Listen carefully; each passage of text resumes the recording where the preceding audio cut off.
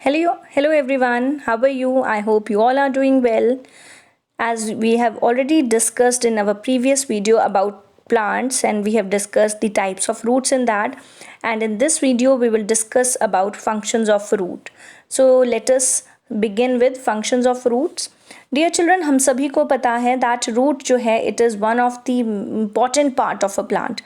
So there are few main functions of roots. One is absorption, another is transportation, then fixation, and then storage. And we will discuss each and every function in detail. First is absorption. We know that जो roots हैं they are the underground part of the plant, और roots plant को मदद करती हैं कि वो soil में से वाटर और मिनरल्स एब्जॉर्ब कर सकें. जब भी हम प्लांट्स को पानी देते हैं या फिर कई जो ग्राउंड वाटर होता है which is present under the surface of the earth, तो वो वाटर जो है रूट्स एब्जॉर्ब करती हैं और उस वाटर में मिनरल्स भी होते हैं.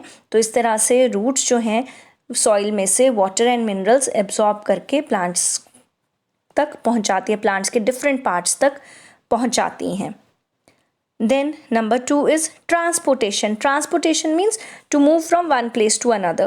So roots जो हैं वाटर और मिनरल्स को प्लांट्स के डिफरेंट पार्ट्स तक पहुंचाती हैं.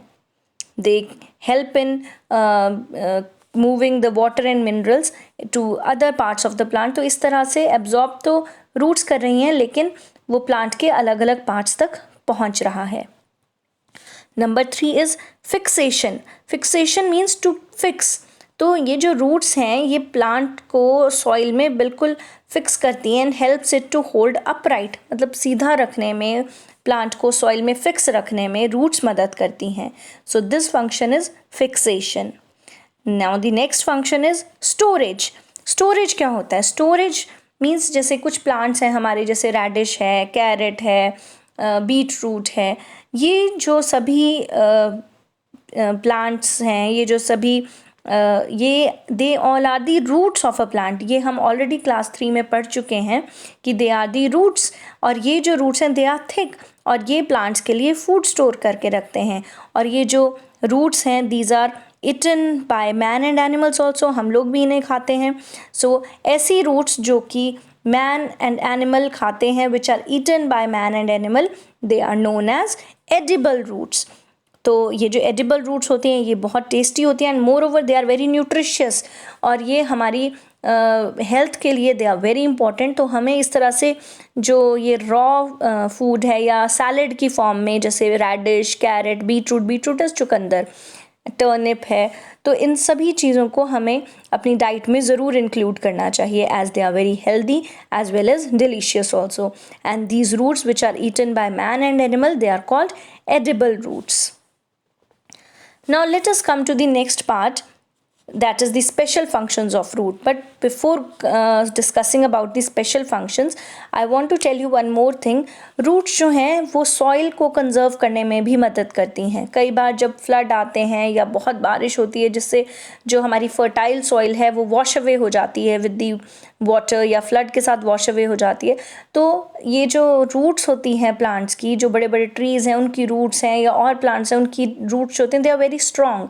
तो ये क्या करती हैं, उस मिट्टी को होल्ड करके रखती हैं और उसे फ्लड्स के साथ या तेज़ बारिश के साथ बहने से बचाती हैं. So roots also help in soil conservation. Now we are coming to the special functions of the roots. सबसे पहले हम बात करेंगे बैनियन ट्री की. डियर चिल्ड्रन, हम सभी को पता है जो बैनियन ट्री है it is the national tree of India. ठीक है.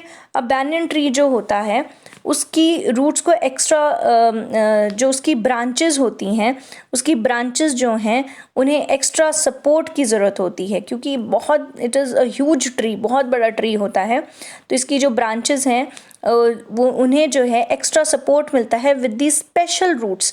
और ये स्पेशल रूट्स कौन सी हैं?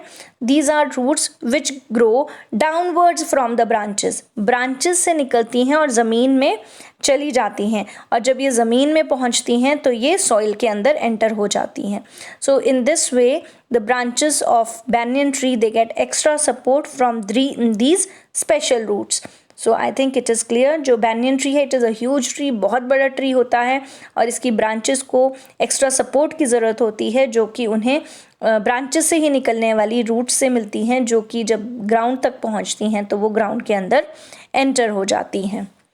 नेक्स्ट इज मेज़ प्लांट। अब मेज़ प्लांट में क्या होता है? मेज़ प्लांट हमें पता है कि जो मेज़ है, जो मक्की है, उसकी जो स्टेम है दैट इज़ वेरी थिन और लंबी होती है, लंबी और पतली होती है। तो उस स्टेम को सीधा खड़े रहने के लिए इट नीड्स एक्स्ट्रा सपोर्ट। तो उसकी जो बेस है, as you can see here in the picture, जो बेस है स्टेम का, वहाँ से रूट्स निकलती हैं और वो देखिए कितनी सारी रूट्स इकट्ठी निकली और वो ग्राउंड में के अंदर जा रही हैं और वो इस मेज़ प्लांट को सीधा रखने में, कि उसकी क्योंकि स्टेम पतली है, उसे सीधा रखने में मदद करती हैं। So these are the special functions in of roots in maize plant. Another is mangrove. अब मैंग्रोव प्लांट में क्या होता है? जो मैंग्रोव प्लांट है वो ऐसी जगह ग्रो करते हैं, they are marshy areas. Marshy areas ऐसे हैं जो बहुत कोस्टल एरियाज़ हैं और उनका पानी it is very very salty, लेकिन मैंग्रोव जो हैं वो उन्होंने अपने आप को ऐसे अडेप्ट कर लिया है कि वो ऐसी जगहों पर आसानी से ग्रो कर जाते हैं। एंड उन जो सॉइल और जो वहाँ पानी होता है that water is very muddy and दलदल जैसा पानी होता है वहाँ पर। तो ऐसे कंडीशन में क्या होता है, मैंग्रोव प्लांट्स की रूट्स को सफिशेंट जितनी ऑक्सीजन रिक्वायर्ड है उतनी नहीं मिल पाती है और इसलिए इन प्लांट्स में कुछ ब्रीदिंग रूट्स जो हैं वो सॉइल से बाहर निकल जाती हैं to get fresh air from the atmosphere.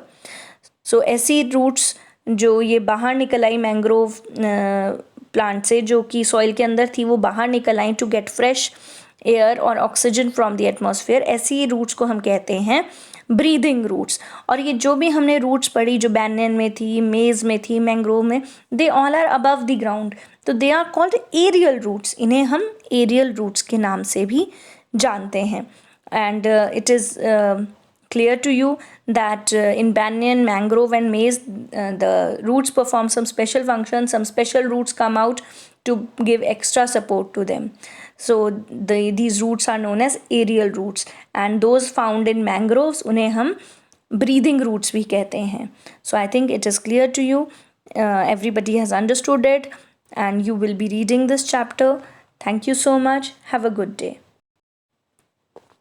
Thank you so much.